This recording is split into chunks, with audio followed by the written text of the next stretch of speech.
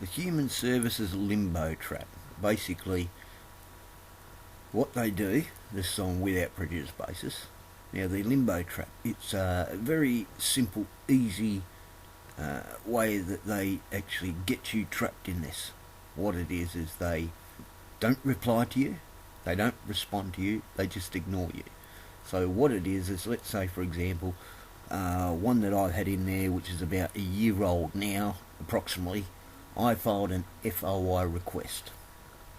They didn't bother to reply, didn't bother to respond. So now, according to the FOI, they're supposed to respond within 30 days, right? Nothing whatsoever. So then, according to the procedure, you've got to then file a complaint, request a review, and all this. So you do this, and then it sits there for another 30 days. But then what they do is they don't reply, they don't respond, they just ignore you.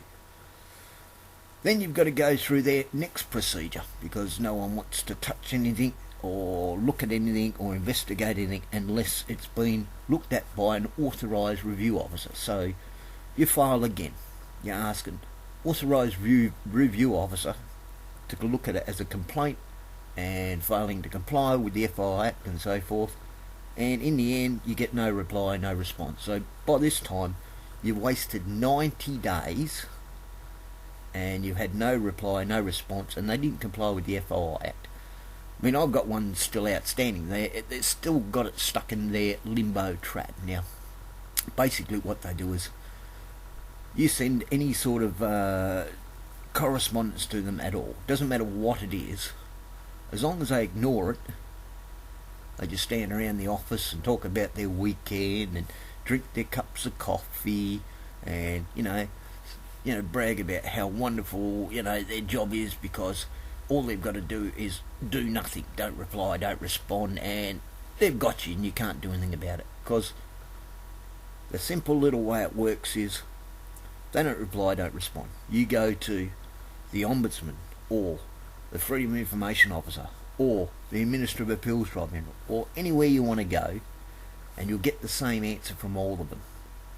We can't do anything, we can't investigate, we can't intervene, we can't do anything because you haven't had a reply or response from the Human Services Department. Until the Human Services Department replies and responds, you can't do anything. So basically, no one can do anything. And I actually accidentally, by sheer luck, got a matter slipped out from the limbo trap, and it was just a fluke. I've tried with the rest of the things that they've trapped, but I actually got one little matter. I applied to the Administrative Appeals Tribunal. I wanted a review done on the decision made by them. At first, they rejected my application. They said, no, we won't take it. They rejected it.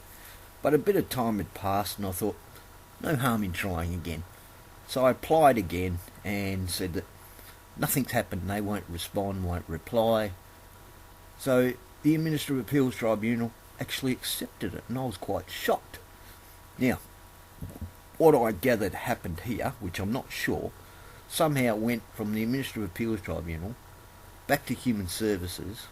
They must have realised that they've been made aware of it, and they obviously must be watching what's going on or whatever, I don't know. But somehow they accepted my application. But then I also, a little while after they accepted it and said, yeah, we accept the application for review, I got a letter from an authorised review officer from the Human Services Department. So obviously they thought they'd better reply, better respond. But they upheld the decision that they made. They didn't change it. They didn't really do anything. They just said, yeah, they're upholding it.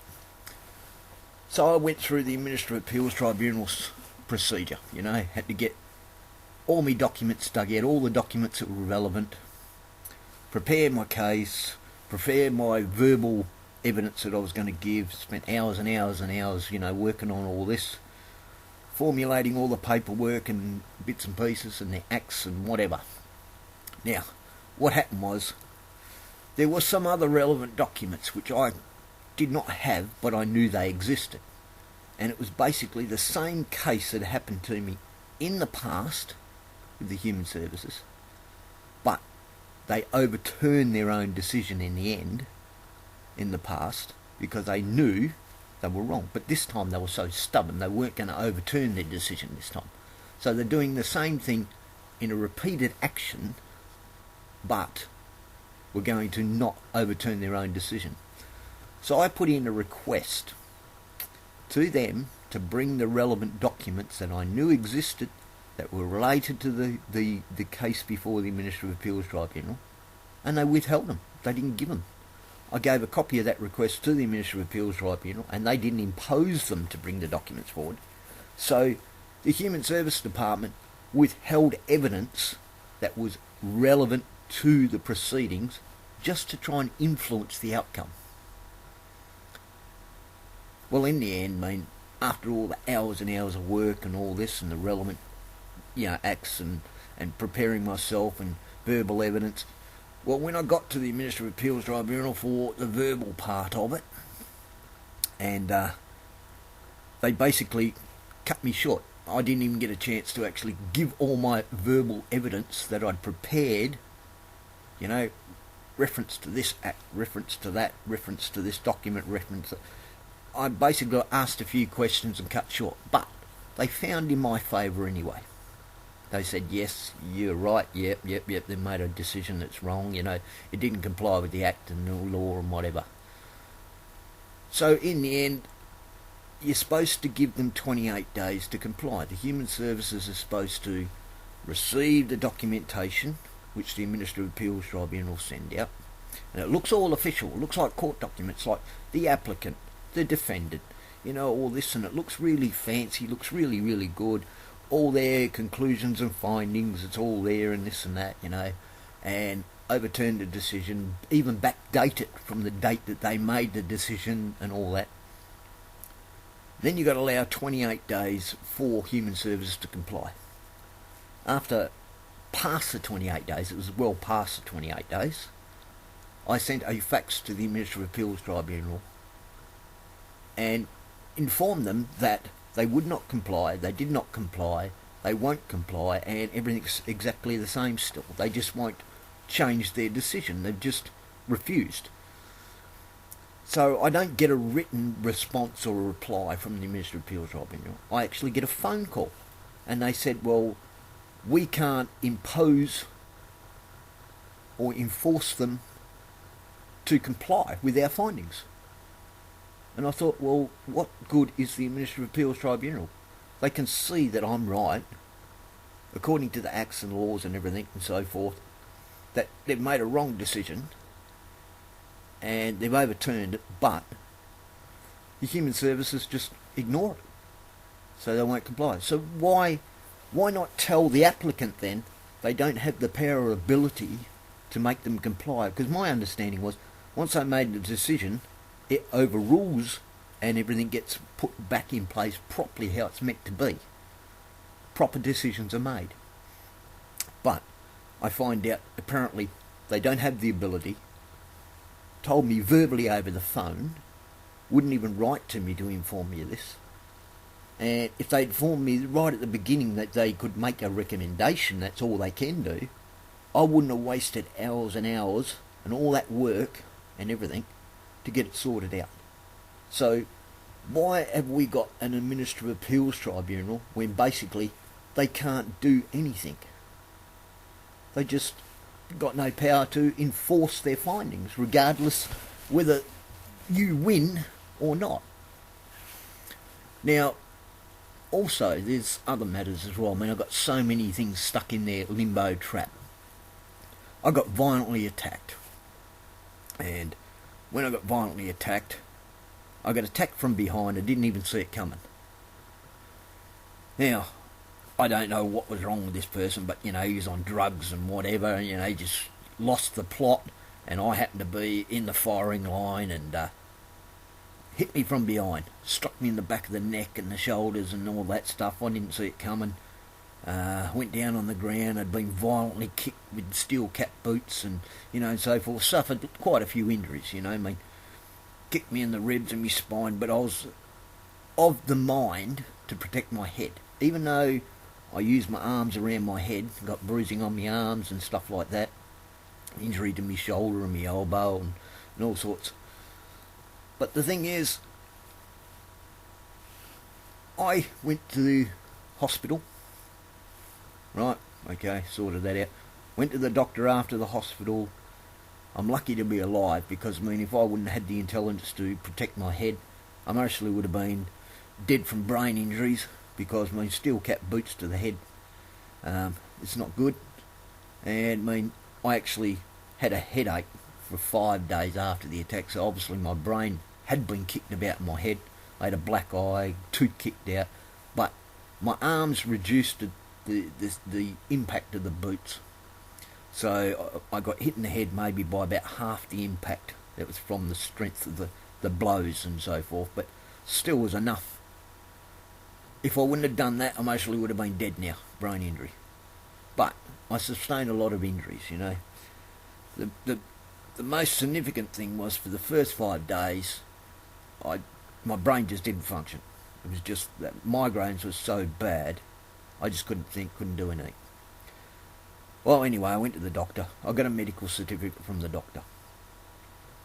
Then I actually put an attachment to the medical certificate to say I had been violently attacked, sustained injuries, you know, it wasn't in a very good way.